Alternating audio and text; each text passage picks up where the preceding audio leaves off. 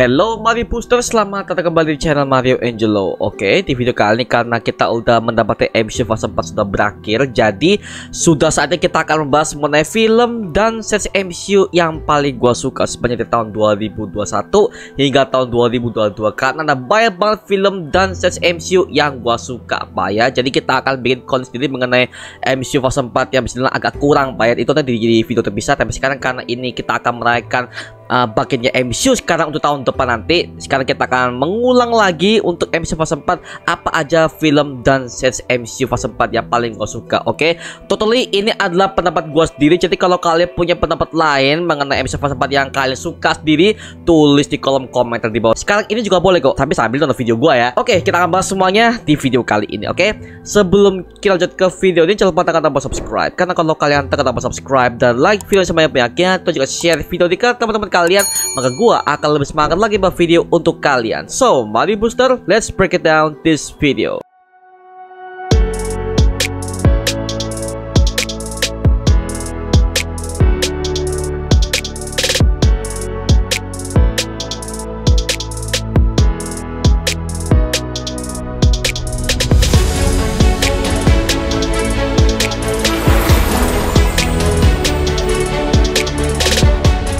Oke, jujur gua tahu MCU fase 4 ini bisa dibilang ampas baik karena Kevin Feige-nya sendiri sudah mengabarkan bahwa MCU fase kelima dan fase ke-6 itu akan diperbaiki mengenai jadwal tayangnya dan juga nggak yang terlalu kejar tayang seperti kayak MCU fase 4 tahun ini. Makanya nanti beberapa sesi itu akan diundur jadwalnya, Pak, seperti itu. Itu gue suka karena apa, kalau setahun penuh ya enak juga, Pak, kalau gue lihat ya. Maka dari itu untungnya MCU fase 4 dari tahun 2021 itu banyak banget yang bagus loh, Pak. Serius, walaupun itu juga kelihatan kejar tayangnya, tapi entah kenapa seri MCU fase 4 di awal tahun 2021 semuanya bagus-bagus, Pak. Bahkan movie juga bagus. Nah, makanya kebanyakan nanti di video kali ini gua akan throwback kembali series dan film MCU di fase 4 yang menurut gua tuh cukup epic di gua, oke?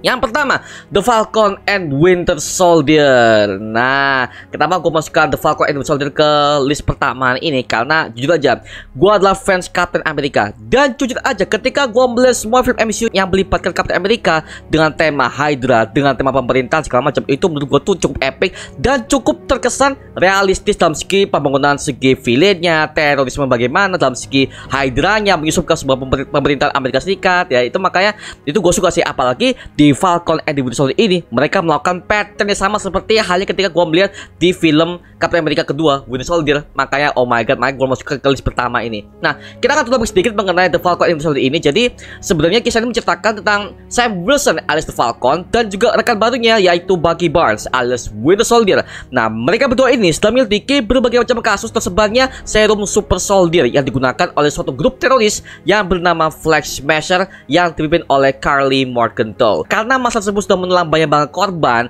akhirnya mereka berdua bekerja sama untuk mencari tahu nih dari mana asal serum Super Soldier ini dibuat. Nah, karena sepengetahuan mereka, serum tersebut itu udah lama hilang dan tidak didapat yang berhasil untuk mereka ulang serum itu kembali, Pak. Dikarenakan serum itu udah hancur dan pengguna terakhirnya itu adalah si Bucky Barnes alias si Winter Soldier dan juga temannya yaitu si Steve Rogers alias si Captain America ini. Dan juga di seri ini kita juga didapatkan sebuah masalah baru, ini mana Sam Wilson kita tahu tuh bahwa di film Avengers Endgame dia itu udah diberikan sebuah shield Captain America oleh Steve Rogers untuk meneruskan perjuangannya sebagai Captain America di masa modern ini. Tapi ternyata Sam Wilson merasa dia itu nggak enak dan juga dia merasa bahwa dia itu nggak pantas menjadi Captain America karena dia itu udah menganggap satu-satunya Captain America itu adalah si Steve Rogers temannya ini. Maka dari itu dia memutuskan untuk menyimpan shield ini dan menyerahkannya kepada pihak pemerintah Amerika Serikat agar supaya ini shield ini cuma dipajang aja dan untuk mengingatkan kepada orang-orang bahwa inilah perjuangan Captain America dari zaman dulu hingga sekarang, Pak, seperti itu. Tapi tiba-tiba entah bagaimana caranya pemerintah Amerika Serikat ini tanpa ada koordinasi dari Sam Wilson, ternyata tiba-tiba mereka langsung menunjuk si John Walker sebagai penerus Captain America versi sekarang. Karena menurut mereka si John Walker ini punya berbagai macam prestasi sehingga para pemerintah ini mereka tuh menilai bahwa John Walker ini adalah kandidat yang pas untuk meneruskan si Steve Rogers sebagai Captain America, maka dari itu dia diperkenalkanlah sebagai the new Captain America. Dan itu membuat Sam Wilson dan juga si Bucky Barnes, mereka berdua ini merasa kurang cocok. Nih siapa sih John Walker ini? Kok tiba-tiba aja pemerintah tuh menunjuk dia sebagai the new Captain America? Si John Walker ini ya kita tahu di komik dia itu adalah US agent Pak ya, yang pertama kali muncul di komik Captain America issue nomor 323 yang dirilis pada tahun 1986. Dan memang sih ya, itu adalah awal-awal dia dibilang sebagai the new Captain America tuh bisa dibilang ya agak sedikit kontroversial di kalangan para fans. Dan di MCU ini mereka berhasil Pak membuat hal itu yang gue suka. Makanya di series MCU ini nih banyak banget konflik yang dimana gak cuma tentang Shield Captain America doang, gak cuma tentang Silver Super Soldier yang dibuat oleh si Kali Morgenthau, tapi ada sisi John Walker juga. Makanya gue suka sesi ini ada banyak konflik dan di intinya itu diselesaikan dengan cukup baik. Itu yang gue suka sih. Dan kalau kita lihat untuk si John Walker ini, gue paling suka ketika dia itu menyerang salah satu anggota Flag Smasher di episode keempat akhir, dimana itu udah mengetahui bahwa si rekannya si Lamar Hoskins ini dibunuh oleh salah satu anggota Flag Smasher. Akhirnya si John Walker untuk pertama kalinya kita bisa melihat dia membunuh salah satu anggota Flag Smasher di depan banyak orang, sehingga orang-orang ini udah menilai bahwa Captain America baru ini udah membunuh seseorang. Nah, sampai akhirnya jabatannya diturunkan oleh para pemerintah karena merasa si John Walker ini udah gak panas Pak ya, bahwa citranya udah mulai buruk seperti itu. Makanya kita bisa melihat John Walker ini kasian juga loh Pak. Konsep karakter si John Walker ini di MCU bener bagus sih. Makanya gue mengharapkan dia akan muncul di Captain America yang keempat, yang New World Order nih. Kemungkinan si John Walker alias US Agent akan muncul kembali di film keempat itu Pak. Apalagi kita udah tahu ya, di ending dia kan udah menjadi anggota Thunderbolts yang direkrut oleh Valentina Allegra Fontaine. Nah itu masalahnya, dan itu udah dikonfirm oleh MCU di Disney Plus kemarin bahwa si John Walker akan menjadi anggota Thunderbolts yang akan diketuai oleh Valentina Allegra Fontaine. Apalagi di sesi ini gue masih ingat ada si Isaiah Bradley, yang dimana kita bisa mengetahui bahwa Captain America itu gak cuma si Steve Rogers doang. Di zaman tahun 1940-an ternyata si Isaiah Bradley dia itu seperti buat sebagai bahan percobaan oleh para pihak pemerintah, tapi dia itu dirahasiakan karena ya lagi-lagi Captain America yang kita tahu selama ini dalam sejarah itu adalah si Steve Rogers. Namun sejarah tidak mencatat adanya si Isaiah Bradley. Maka dari itu kan pemerintah langsung merahasiakan project ini Pak ya. Makanya si Isaiah Bradley ketika dia ketemu sama Sam Wilson itu ngomong, lu harus jadi Captain America baru, gua percayakan kepada lu deh. Itu makanya gua langsung oke, Isaiah Bradley. Makanya gua mengharapkan banget kalau MCU memperluas mengenai universe Captain America. Gua pengen lihat si Isaiah Bradley menjadi tokoh utamanya, dibikin spin off lah. Itu gua pengen tahu seperti apa sih, karena gua penasaran banget sih ketika udah Steve Rogers udah eksis di si Isaiah Bradley itu kesannya bener-bener lama Pak. Itu aduh gila, gua mau tahu seperti apa sih kalau misalkan MCU mau spin off lagi Pak ya. Itu bagus sih, gue mau tahu the first black Captain America gitu. Tapi juga setelah itu gue suka di sini ada Baron Zemo yang membuat kita sebagai fans terkejut karena dia kan kita udah tahu bahwa dia itu di penjara Pak ya, karena ada kasus di mana dia itu udah berhasil membunuh ayahnya si T'Challa, yaitu T'Chaka di Captain America Civil War kemarin. Dan ketika itu Sam Wilson ini meminta tolong kepada si Baron Zemo untuk mencari tahu siapa pembuat serum Super Soldier ini, mengingat Baron Zemo memiliki akses ke berbagai macam tempat ilegal dan dia memiliki banyak banget sumber informasi yang tersedia. Maka dari itu Baron Zemo dibebaskan dari penjara. Dari penjara juga ada scene ketika Baron Zemo joget-joget itu itu ikonik sih buat kita para fans, icon dengan gerakan dia yang begitu awkward, tapi itu scene yang memorable sih. Jadi meme-meme di internet pas itu Pak, meledak banget tuh si Zemo joget-joget tuh. Aduh gitu. Makanya gue masukkan The Falcon and the Winter Soldier ini ke list pertama ya. Makanya oh my god bagus. Makanya gue mengharapkan nih yang fase 5 Captain America di New World Order ini bisa membuat kita berbagai macam konspirasi politikalnya diperluas lagi Pak. Gue mau seperti itu. Apalagi gede-gede kabarnya ya, General Thunderbolt Ross ini akan menjadi villainnya, karena kan kita tahu bahwa Thunderbolt Ross akan menjadi presiden Amerika Serikat di timeline Captain America New World Order nanti. Dengar-dengar seperti itu Pak ya, tapi kita belum tahu nih ini naskahnya seperti apa ke depannya. Jadi so kita tunggu aja. Oke, lanjut. Yang kedua, WandaVision. Awalnya gue sangat membenci sesi ini Pak, jujur aja. Dan gue masih ingat gue tuh stuck di 2 episode awal. Karena kita tahu kan bahwa di awal-awal aja tuh udah berbau sitcom era tahun 1930-an banget lah ya. Dan benar-benar itu ditujukan kisah romansa antara si Wanda dan juga si Vision ketika di era tahun 30-an ya, dimana itu temanya sitcom banget Pak ya. Tapi begitu baru di episode ketiga semuanya udah mulai jelas asal mengapa itu dibuat sitcom, dan dimulailah konfliknya. Dimulai dari ketika si Wanda ini membuat sebuah dimensi Hex karena dia sangat sedih dan terpukul ketika dia masih belum move on kehilangan si Vision yang setelah tewas akibat dibunuh oleh Thanos pada saat di Avengers Infinity War untuk mengambil Mind Stone dalam kepalanya. Apalagi gue suka ada adegan di mana para Agent SWORD ini mulai korup di bawah kepemimpinan Tyler Hayward yang memiliki tujuan untuk mengambil sampel dari dimensi Hex, yaitu tujuannya adalah untuk membuat Vision yang diprogram untuk membunuh Wanda Maximoff. Dan mereka berhasil menciptakan White Vision di bagian ending episode 8 dan dia muncul secara penuh di WandaVision episode 9. Nah, itu cukup epic sih Pak. Tapi sampai sekarang masalahnya si White Vision ini kita belum dapat kabar Pak, si White Vision ini, karena kita udah pernah berteori bahwa White Vision ini akan muncul di Doctor Strange in the Multiverse of Madness karena kan ada melibatkan si Wanda Maximoff kan ya. Tapi ternyata tidak Pak. Itu masalah White Vision ini kemana? Selama setahun penuh kita nggak dapat kabar soal dia nih. Makanya gua mengharapkan White Vision ini akan digarap lagi Pak ya, muncul di project MCU mana yang melibatkan si Wanda kayak, karena kan ini pas momennya ketika Wanda itu udah korup Pak ya akibat dipengaruhi oleh buku Darkhold. Dia udah kehilangan segalanya. Akhirnya tiba-tiba White Vision menggantikan Vision yang dulu. Kan White Vision kan pakai tubuh Vision lama tuh, di-upgrade sama Sword.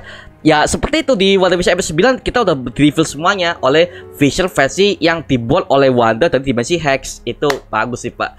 Dan juga gue suka di villain inilah, yaitu adalah si Agatha Harkness yang buat kita sebagai fans terkejut, dimana dia mengungkapkan jati dirinya kepada Wanda Maximoff bahwa dia adalah sosok penyihir dari masa lalu yang mencoba untuk menghilangkan semua energi sihir dari Covenant sendiri, sehingga dia berambisi untuk menjadi penyihir terkuat di seluruh alam semesta dengan memanfaatkan kitab Darkhold yang memiliki berbagai macam sihir gelap kepada penggunanya. Namun efek sampingnya adalah membuat pengguna yang menjadi kecanduan akan sihir gelapnya ini, sehingga perlahan akan melahap sisi kemanusiaan dari penggunanya tersebut.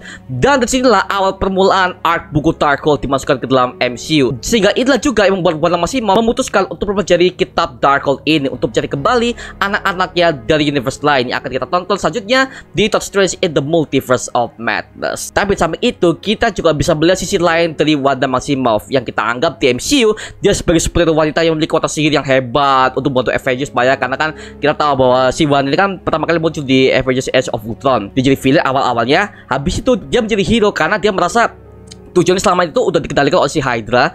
Maka dari itu dia mencoba untuk bergabung ke Avengers. Maka disitulah kita mulai lovable dengan si Wanda Maximoff ini sebagai Scarlet Witch. Tapi nama Scarlet Witch ini kan baru pertama kali muncul secara official di MCU di WandaVision episode 9, dimana dia itu udah mengungkapkan sendiri bahwa dia adalah Scarlet Witch.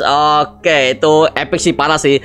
Makanya itu yang gue suka dari WandaVision, dimana mereka tuh menggali semuanya. Makanya WandaVision gue masukkan ke dalam list kedua ini. Lanjut, yang ketiga, Doctor Strange in the Multiverse of Madness. Oke, film Doctor Strange kedua ini adalah salah satu terbaik menurut versi gua sendiri Pak ya, karena meskipun ada berbagai macam kekurangan, tak bisa dibilang paling clickbait Pak ya, ketika promosinya dirilis oleh Marvel Studios. Tapi bisa dibilang film ini cukup berbeda dari apa yang kita lihat, karena ini memang mengeksplor multiverse MCU dengan menghadirkan berbagai macam varian yang selama ini kita idamkan, yaitu adalah Illuminati yang terdiri dari Reed Richards yang mewakili Fantastic Four, yang kedua Professor X yang mewakili X-Men, yang ketiga Captain Marvel versi Maria Rambeau, yang keempat Black Bolt yang mewakili ras Inhumans, yang kelima Captain Carter yang kita udah tahu fans Marvel bahwa dia itu pertama kali diperkenalkan di MCU di What If episode pertama. Tapi ini lebih berbeda Pak ya, karena Captain Carter yang ada di Multiverse of Madness ini adalah varian yang berbeda dari apa yang udah kita lihat di What If episode pertama, seperti itu. Meskipun kekurangannya adalah semua anggota Illuminati dibunuh segitu mudahnya oleh si Wanda Maximoff, tapi tetap dari segi cerita, jump scare, horror momennya ala Sam Raimi ini berhasil tersampaikan lah ya, sehingga fans yang baru mengetahuinya bisa mengikuti jalan ceritanya. Kalau yang udah nonton WandaVision, mohon maaf nih, karena banyak banget loh penonton yang gua temui mereka tuh ketika nonton Multiverse of Madness nih, mereka belum nonton WandaVision. Ada tuh, gua masih gitu ada celotehan dari orang-orang yang nonton di belakang gua ngomong, kok Wanda bisa punya anak sih? Kok gini-gini, kok dia dapat dari mana? Nah, itu komen yang kebanyakan gue dapatkan ketika gue nonton di situ Pak, dan itu juga bermuncul juga di video YouTube gue ketika gue breakdown Multiverse of Madness ini. Itu ya lagi-lagi itu resiko Pak ya, tapi lagi-lagi nih MCU juga berusaha untuk mengkoneksikan antara film dan series, sehingga para fans tuh juga bisa melihat dulu nih ini series WandaVision seperti apa, baru sampai situ ke Multiverse of Madness. Walaupun Multiverse of Madness ini gue lebih suka garapannya si Scott Derrickson kalau kita udah lihat portofolio di mana mana Scott Derrickson ini memunculkan villain Nightmare. Sayangnya itu tidak diperlihatkan Pak, si Nightmare ini, karena kan ada perbedaan visi antara si Scott Derrickson sama Sam Raimi. Maka dari itu si Scott Derrickson bubar, dia udah mundur dari project ini Pak, dan digantikan oleh si Sam Raimi, yang dimana konsepnya benar literally ini adalah WandaVision scene kedua Pak, karena literally ini ada banget hubungannya dengan WandaVision yang kita lihat di awal tahun 2021. Itu masalahnya. Nah intinya kalau kita terlebih lagi ke Doctor Strange in the Multiverse of Madness, itu menceritakan tentang seorang penjelajah multiverse yaitu America Chavez. Ini tersesat ke Universe 616 MCU untuk bertemu dengan Doctor Strange yang asli untuk meminta bantuan agar bisa menyelamatkannya dari kejaran makhluk misterius yang mengejarnya selama ini, yaitu Gargantos yang tiba di New York untuk mengacaukan kota dan mengejar si America Chavez. Sampai akhirnya terungkap sudah bahwa itu adalah semua kiriman dari Wanda Maximoff sendiri, yang kini sudah berubah menjadi Scarlet Witch dengan tujuan untuk memaksa America Chavez untuk bisa mengirimnya pergi ke Universe 838 yang terdapat situ ada anak-anaknya, yaitu Billy dan Tommy. Karena di series WandaVision ini udah dijelaskan bahwa anak-anak Wanda dan Vision ini adalah dari Pocket Dimension ciptaan Wanda sendiri, sehingga mereka semuanya tidaklah nyata. Sehingga inilah yang membuat Wanda sangat trauma dan sangat kecewa.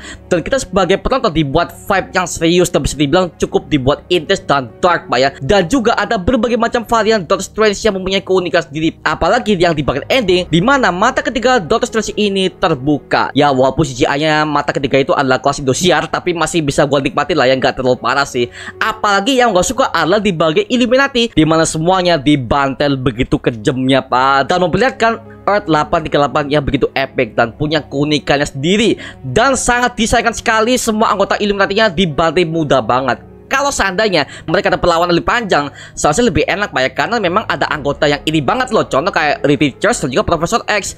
Tapi cuma gitu doang, ya elah. Jadi ya kita anggap aja Pak ya, ini adalah varian yang paling lemah Pak ya, dari yang udah kita kenal dari Profesor X, Reed Richards, Captain Marvel, segala macam Pak. Itu kita anggap aja ini adalah semua varian yang paling lemah Pak ya, seperti itu. Jadi gak usah terlalu dianggap serius Pak ya, setelah gua dibuat berkali-kali. Tapi intinya film Doctor Strange in the Multiverse of Madness ini memberikan vibe Sam Raimi yang jauh lebih dalam, dan juga secara sinematografi ini epic banget. Semuanya ada ciri khas dan gak asal shot. Ini yang gue suka dari Sam Raimi. Jadi semua unsur horor yang pernah dia garap itu dimasukkan ke film kedua Doctor Strange ini Pak. Makanya gue masukkan ke list ketiga ini. Oke? Lanjut.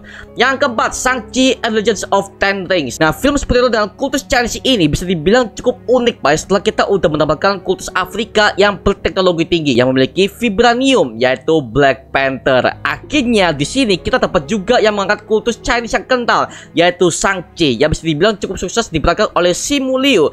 Dan juga sekaligus film ini membuka kedok siapa sebenarnya The Mandarin yang sebenarnya, karena sebelumnya tema Ten Rings ini kan udah pernah kita lihat kan di film Iron Man pertama hingga ke Iron Man ketiga, yang ternyata ini dipimpin oleh The Mandarin palsu yang bernama Travel Slattery, alias aktor yang dijebak oleh sindikat kriminal yang didirikan oleh Aldrich Killian, fans berat Tony Stark yang diremehkan, sehingga dia memutuskan untuk menghancurkan Iron Man dengan berkedok sindikat Ten Rings palsu ini. Nah, di film ini menceritakan lebih jelas tentang sosok The Mandarin yang asli, yaitu Wen Wu, yang merupakan pendiri asli dari organisasi rahasia Ten Rings ini yang telah menaklukkan berbagai macam kekaisaran dan kerajaan di seluruh dunia, sehingga dia memiliki jutaan pengikut untuk menjadi pembunuh internasional yang sangat mengerikan. Dengan kekuatan 10 cincin yang dia gunakan, Wen Wu tidak terkalahkan dan dia bisa hidup abadi selama jutaan tahun lamanya. Sampai akhirnya dia memiliki kedua anak, yaitu Shang-Chi dan juga Xialing, yang memiliki bakat bertarung dan dilatih keras oleh ayahnya sendiri. Sampai akhirnya Shang-Chi melarikan diri ke Amerika Serikat dari misi yang diberikan oleh ayahnya untuk membunuh dalang di balik pembunuhan ibu kandungnya sendiri. Dan dia berusaha menghindar dari kejaran ayahnya Wen Wu sang The Mandarin ini selama 20 tahun lamanya. Tak lama kemudian Shang-Chi harus menemukan jati dirinya dengan ditemani oleh temannya yang unik, yaitu Katie, untuk mencari tahu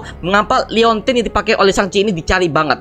Ternyata setelah digali kembali, tujuannya adalah untuk membangkitkan kembali arwah ibunya yang sudah lama tewas. Hingga Shang-Chi memutuskan untuk pergi ke desa Talo, sebuah desa tempat tinggal ibunya dulu, yang dimana berisikan berbagai macam hewan legendaris yang ada di sejarah Cina. Dan jadilah pertarungan baku hantam antara Shang-Chi dan juga ayahnya. Sampai akhirnya ayah Wen Wu ini mengorbankan dirinya untuk menyelamatkan putranya agar dia bisa menebus semua kesalahan yang telah ia lakukan di masa lalu. Jujur film ini seru banget Pak ya, bahkan gue bener-bener gak nyangka banget MCU bisa mengangkat kultus Chinese yang sangat kental seperti halnya Black Panther kemarin.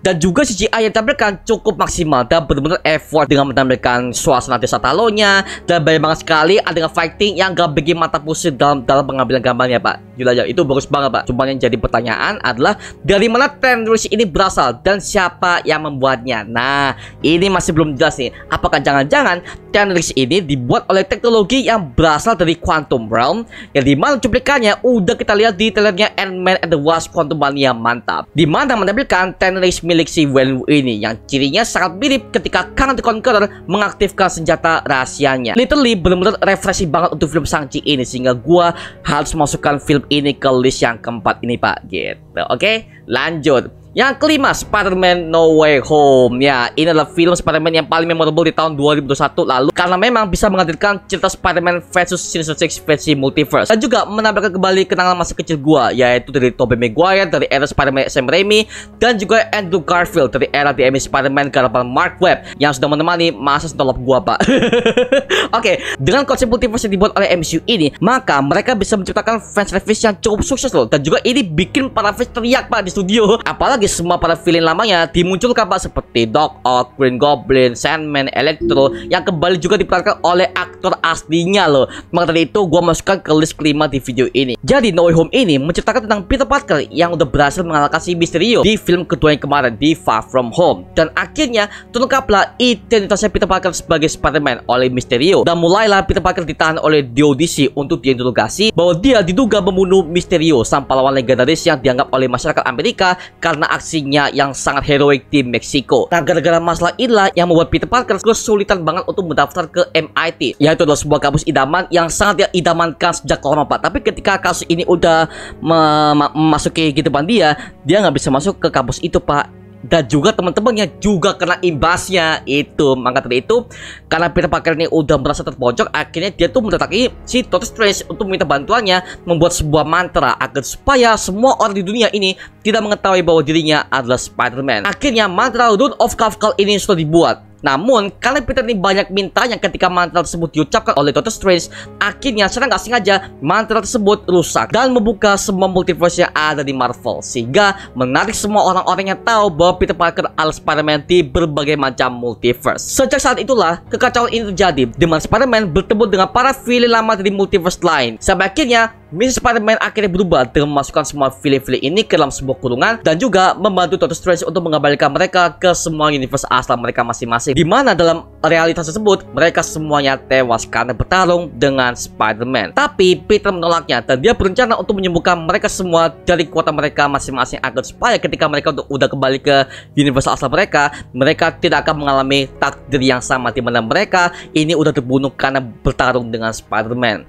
Tapi sayangnya semuanya gak berjalan mulus dengan kehadiran Green Goblin yang mulai merasuki tubuh Norman Osborn kembali, dan kekacauan pun terjadi sampai akhirnya Aunt May tewas dibunuh oleh Green Goblin, dan dia mengembuskan nafas terakhirnya dalam Peter langsung. Nah, ketika semuanya udah menjadi kacau, dua varian Peter Parker dari dua universe yang berbeda ini datang menghampiri Peter Parker versi Tom Holland yang bersedih karena kehilangan Aunt May, dan karena itulah dia berencana untuk membalaskan dendamnya dengan membunuh Green Goblin dengan tangannya sendiri. Sampai di ending pun kita sebagai fans ini dibikin terharu Pak, dengan membuat semua orang lupa bahwa ada Peter Parker di dunia ini, dan yang mereka ingat hanya Spider-Man-nya saja, agar supaya semua varian-varian yang ada di multiverse ini mereka tidak akan masuk ke MCU, karena takutnya kalau mereka masuk itu akan merusak semua stabilitas multiverse yang ada di Marvel. Seperti itu. Maka dari itu Doctor Strange ini membuat sebuah mantra agar supaya semua orang-orang ini hanya lupa soal Peter Parker doang, tapi mereka masih ingat tentang Spider-Man-nya aja. Seperti itu.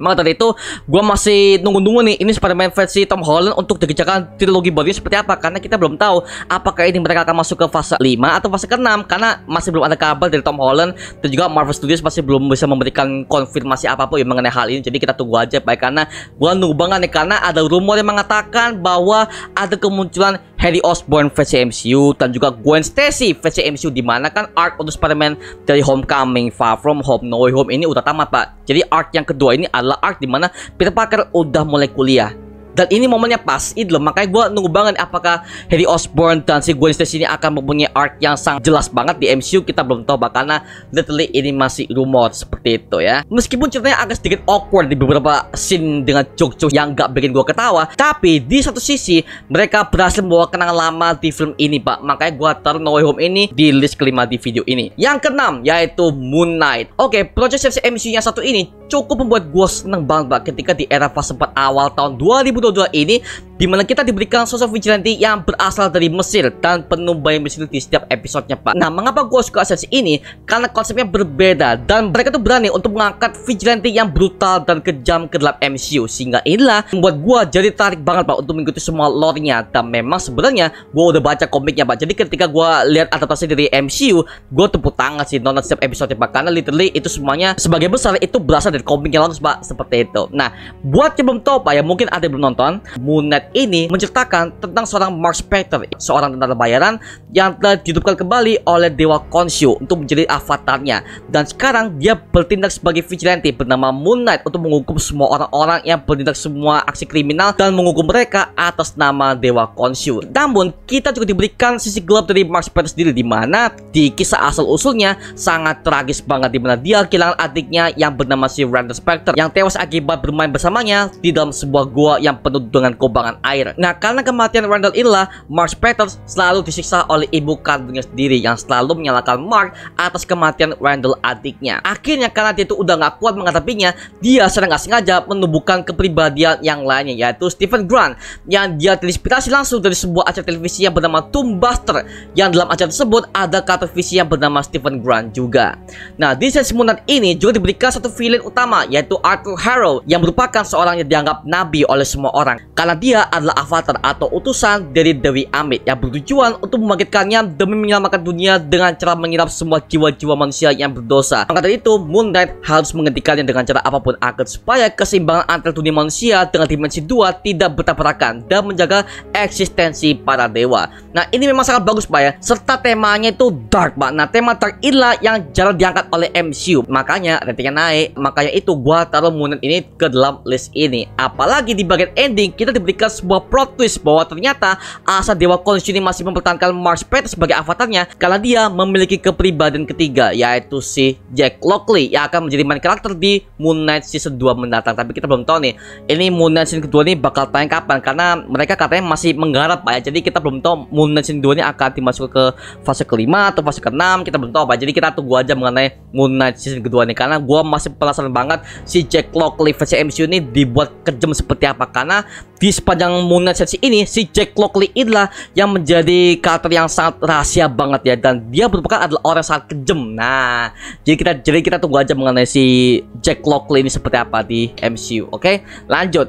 Yang ketujuh, Miss Marvel. Oke, series MCU yang satu ini gua masukkan ke list ini karena jujur aja gua sempat awalnya meremehkan series ini Pak, karena ya detailnya tidak meyakinkan Pak, karena nuansa superhero cewek ya, cewek lagi, aduh. Tapi ketika gua nonton seriesnya itu, keraguan gua langsung hilang Pak. Gua nonton sendiri dari awal sampai beres, ternyata hasilnya luar biasa sih Pak, karena di setiap episodenya disediakan berbagai macam petunjuk dan juga misteri yang ada, terutama dengan masalah gelang milik Kamala Khan. Ini sampai sekarang belum terjawab sih Pak. Gue curiganya gelang Kamala Khan ini juga ada hubungannya dengan teknologi yang dibuat oleh si Kang the Conqueror di Ant-Man and the Wasp Quantumania nanti Pak, seperti itu. Jadi Miss Marvel ini menceritakan tentang seorang anak muda keturunan Pakistan yang memiliki tingkat KL tinggi yang bernama Kamala Khan, yang tinggal di New Jersey, Amerika Serikat. Yang ternyata dia adalah wanita yang introvert, bahkan dia sering dibully di sekolahnya karena dianggap cewek halu yang selalu mengimajinasikan bahwa dirinya akan menjadi superhero. Karena memang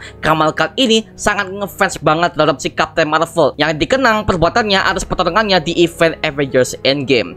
Tapi kemudian dia mendapatkan sebuah gelang misterius dari neneknya, dan ketika dia memakainya di sebuah acara Avengers Con, yaitu tempat di mana semua fans Avengers ini berkumpul, akhirnya dia mendapatkan sebuah kekuatan dari gelang itu, dan tanpa disengaja dia membuat sebuah kekacauan di sana karena dia nggak bisa mengendalikan kekuatannya. Dan hal inilah yang menarik perhatian di audisi untuk bunuh dia yang dikenal sebagai Nightlight. Setelah itu, Kamala Khan berusaha mencari tahu dari mana asal usul gelang ini, sampai akhirnya dia bertemu dengan Clandestine, yaitu sebuah ras jin yang berasal dari dimensi Nur, untuk meminta tolong kepada si Kamala Khan ini untuk membuka portal ke dimensi Nur agar supaya mereka bisa pulang. Tapi ternyata pemimpin Clandestine, yaitu Najma, akhirnya mengambil jalan pintas untuk memaksa Kamala Khan membuka dimensi itu dengan gelangnya. tetapi hasilnya tidak berhasil karena di audisi sudah mengetahui lokasi mereka dan para clandestine akhirnya ditangkap. Dia belum menyadari bahwa gelang itu ternyata milik nenek buyutnya si Kamala yang bernama Aisyah yang dikabarkan menghilang sejak neneknya masih kecil hingga sekarang masih belum ditemukan. Ditambah lagi dia bertemu dengan tim pembunuh jin yaitu Red Dagger yang menjelaskan kepada Kamala Khan bahwa jin adalah ras yang berbahaya dan jika portal dimensi nol terbuka maka itu akan merusak dimensi manusia dan akan menyebabkan terjadinya incursion. Yaitu kita tahu ya bahwa incursion adalah kejadian di mana satu universe ini akan bertabrakan dengan universe lain sehingga satu universe ini akan menjadi hancur karena udah bertabrakan dengan universe lain Pak. Seperti itu karena udah ada penggabungan antara dimensi lain dan juga dimensi lain juga Pak. Kalau itu gabung udah hancur tuh satu-satunya. Seperti itu adalah incursion. Dan ini udah dijelaskan juga oleh si Reed Richards sendiri ketika di Earth 838 ketika sudah ditahan oleh para tim Illuminati. Seperti itu.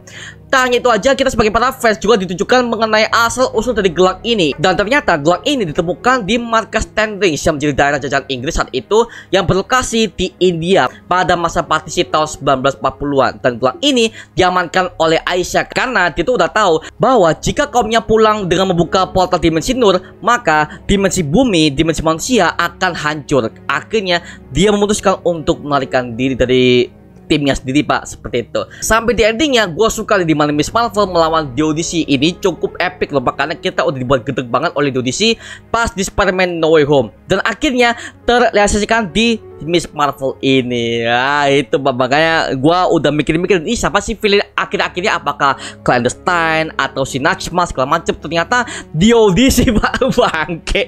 Gue langsung tepuk tangan sih ketika gue melihat pertarungan yang se-epic itu di situ anjir gile. Makanya gue masukkan Miss Marvel sebagai series terbaik MCU untuk fase 4 tahun 2022 ini Pak. Seperti itu ya. Maka dari itu gue gak sabar banget Pak ketika di ending kita tahu ya bahwa si Miss Marvel ini dia switch position alias dia tuh bertukar tempat dengan si Captain Marvel versi Carol Danvers, di mana si Carol ini bertukar tempat di mana dia tuh udah mendarat di kamarnya si Kamala Khan, yang dimana dia terkejut ketika dia tuh melihat semua kamar Kamala Khan itu ada begitu banyak foto-foto tentang dirinya juga. Seperti itu, maka dari itu kita akan melihat jawabannya di film The Marvels nanti Pak di fase kelima MCU nanti. Seperti itu. Jadi kita tunggu aja Pak ya. Oke.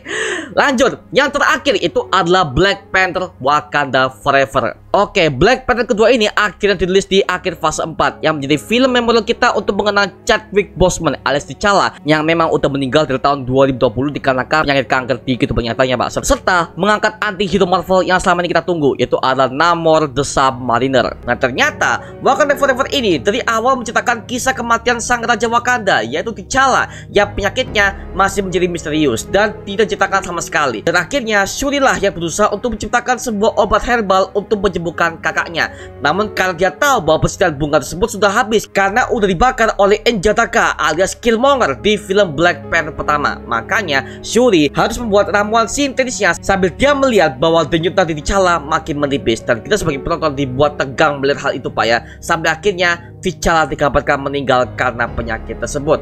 Ya ini adalah opening di MCU yang bisa dibilang sangat emosional dan Ryan Coogler sebagai sutradara sangat sukses dalam menggarap kematian T'Challa dengan segitu deepnya. Nah karena Namor sudah melihat bahwa bangsa luar sudah mulai mengincar vibranium, akhirnya Namor memutuskan untuk pergi ke Wakanda dan menemui Shuri dan Queen Ramonda sebagai pemimpin Wakanda sekarang untuk mengajak mereka beraliansi untuk menyerang bangsa Teratan karena mereka telah menyalahgunakan vibranium sebagai bahan untuk dijadikan sebagai senjata. Sejak saat itulah Wakanda dan Talokan saling bentrok dan tentunya Shuri menolak untuk bekerjasama. Penyerangan Namor ke Wakanda justru karena Nakia yang berusaha menolong Shuri dan sikapan Namor karena telah gagal untuk bernegosiasi bekerjasama.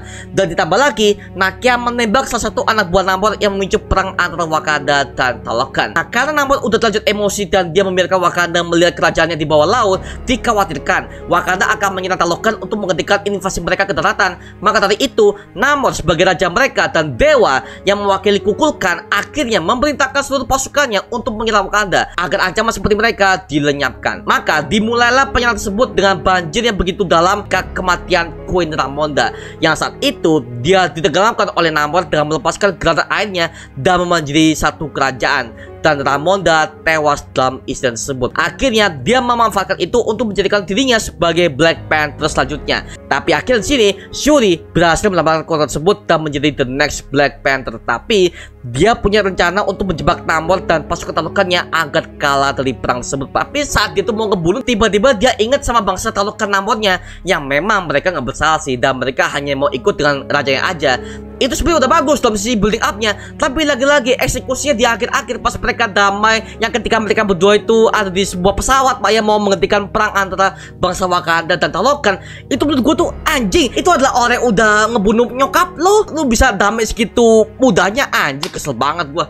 Ya elah, seolah-olah ini Shuri ini mudah banget Pak untuk melupakan dendamnya Pak. Dan plot seperti ini mengingatkan gua dengan Spider-Man No Way Home, ketika Peter Parker kehilangan Aunt May bibinya karena udah dibunuh oleh Norman Osborn alias Green Goblin. Karena dia tuh udah bener-bener mau bunuh tuh, tapi ditahan oleh Peter tuh, karena ini bukan menggambarkan ciri khas Spider-Man yang sebenarnya. Ya itu masih wajar Pak ya. Tapi kalau ini Shuri adem ayam aja tuh, bener-bener berdiri di samping Namor tuh buat berdamai dan berjanji akan tetap merahasiakan keberadaan bangsa Talokan kepada dunia. Tapi kalau untuk usulan ceritanya, ritme per filmnya itu udah bagus banget dan gak mengecewakan. Ada lawaknya, cuman tepat dengan situasi. Itu yang menurut gue bagus. Nah gitu. Oke, itu aja mengenai list film dan series MCU fase 4 yang gue suka Pak ya. Memang ada 8, karena memang ya selama ini MCU fase 4 yang gue suka itu adalah ya ini.